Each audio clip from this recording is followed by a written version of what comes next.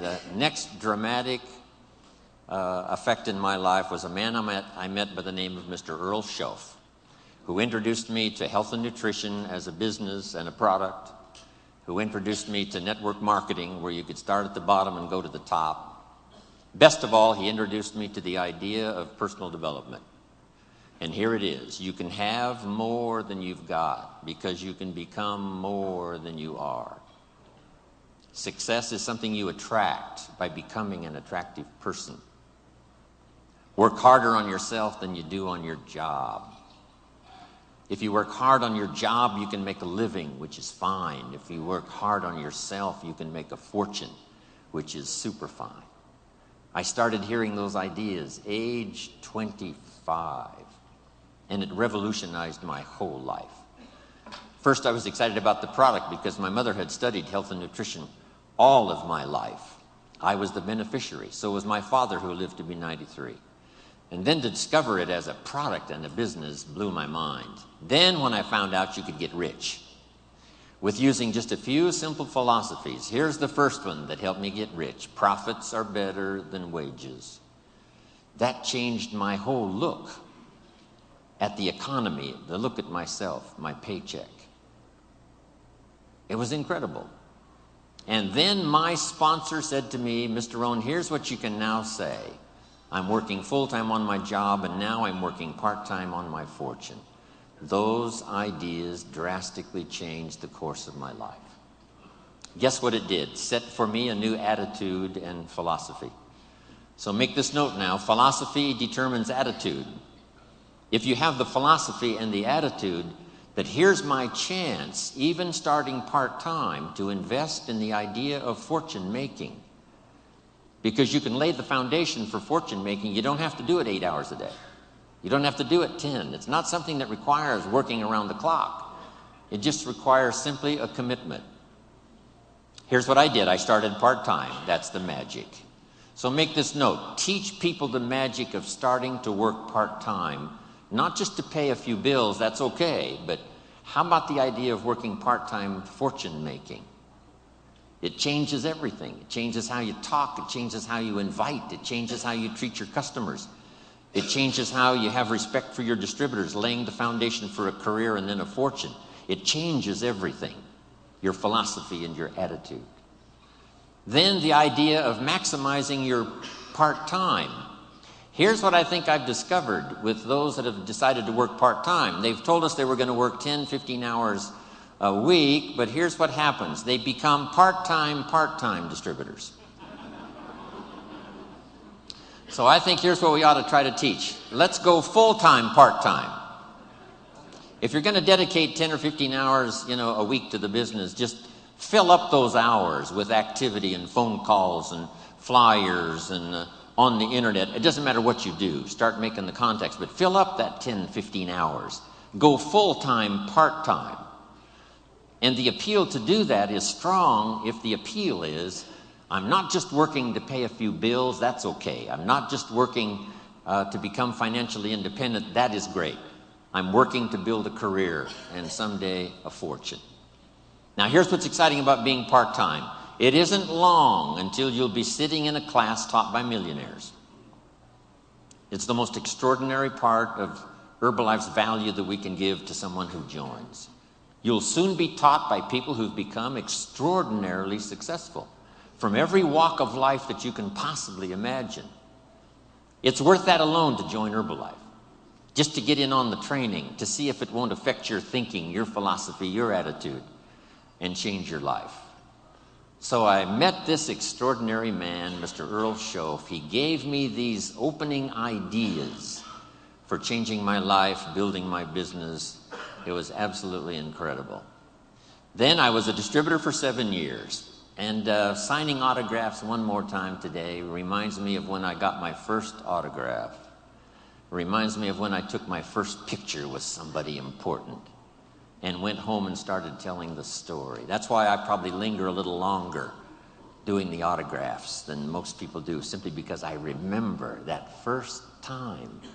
And I remember how important it was to me. On my trip to India, I started a program. We had some leadership classes as well as doing a seminar for the distributors and for the public.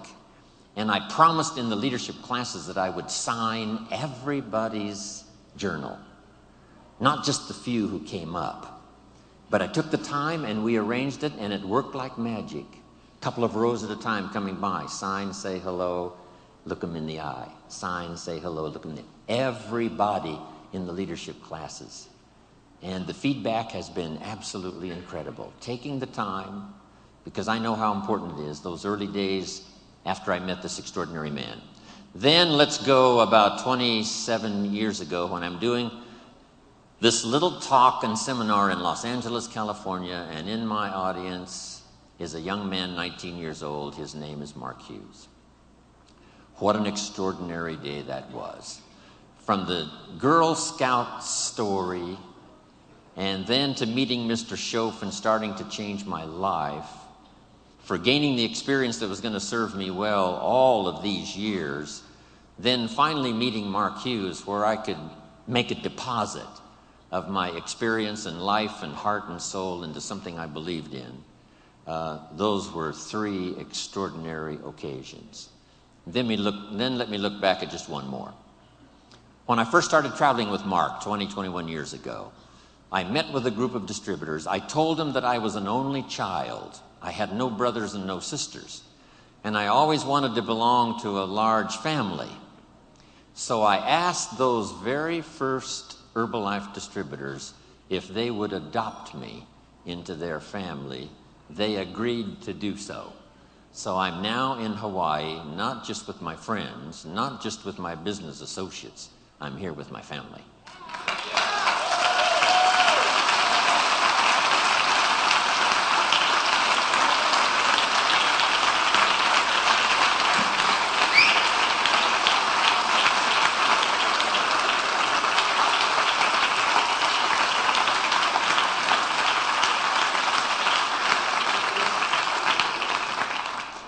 Now here's how the past becomes useful. Not to live in the past and not to dwell in the past, but to borrow the experience of the past, and then, here's the second part, invest them in the future.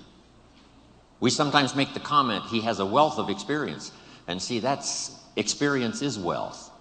What we've been through is a treasure.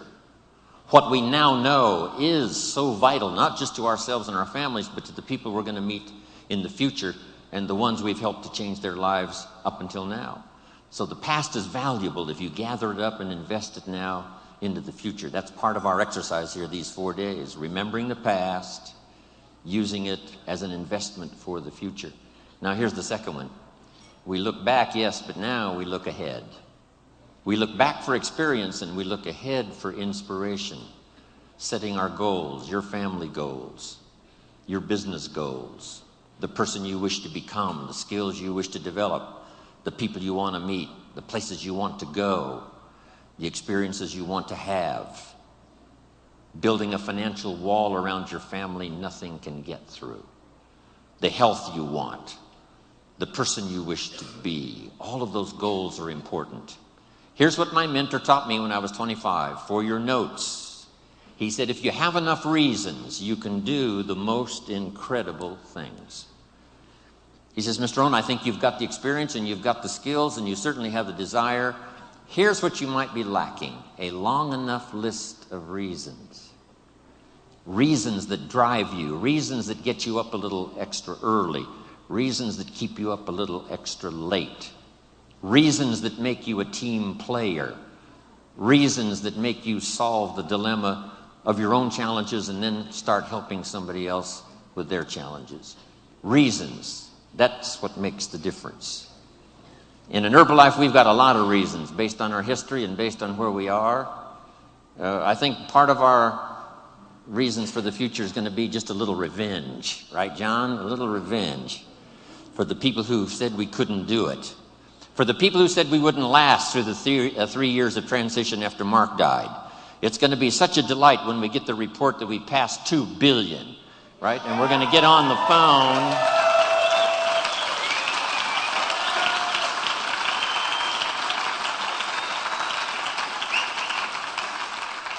For those who said, you know, the chairman's club's going to leave and the president's team's going to leave and Herbalife is going to fall apart, we've got some good reasons now to succeed.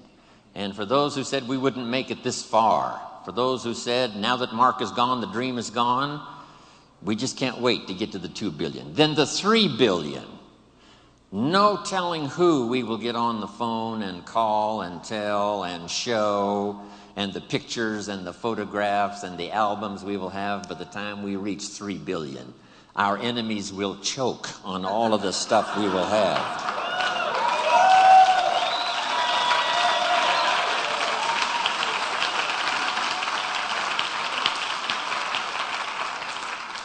By the time we've gotten to 4 billion, all of your new homes and new cars and Ferraris and clothes and the vacations you've taken and the album and pictures you've collected over the years is going to be something awesome when we reach the 4 billion. A bit of revenge. Old Testament says, God says, vengeance is mine, all mine. No wonder he wants it all. It feels so good. If I was God, I'd want it all. Then I can't wait for the day to come when Michael Johnson walks on the stage, and after we've gotten the final accounting, and for the goal that he worked so hard for, and the staff that worked with him, and all the stuff we've accomplished, especially this past 9 months and in the next couple of years, when we present him with a refined accounting in a well-bound book, and when he opens it up, Michael Johnson will read, "We have just reached the 5 billion, Mr. Johnson."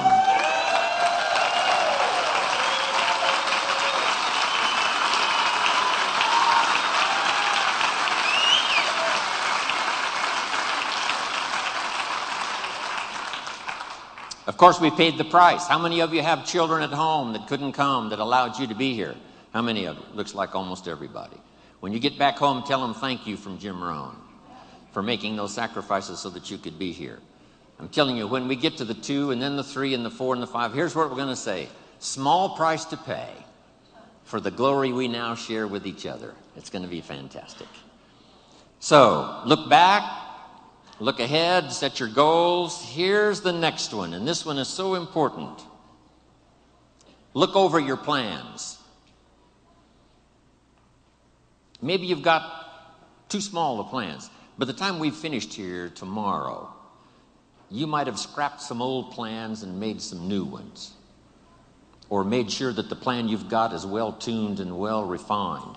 As we speak, almost hourly and daily, the team at home office, continually revising, continually shaping, continually refining, making it more simple, making it easier to tell in terms of products, but all the rest of it, from the support staff, from all these countries represented here around the world, fine-tuning the support staff.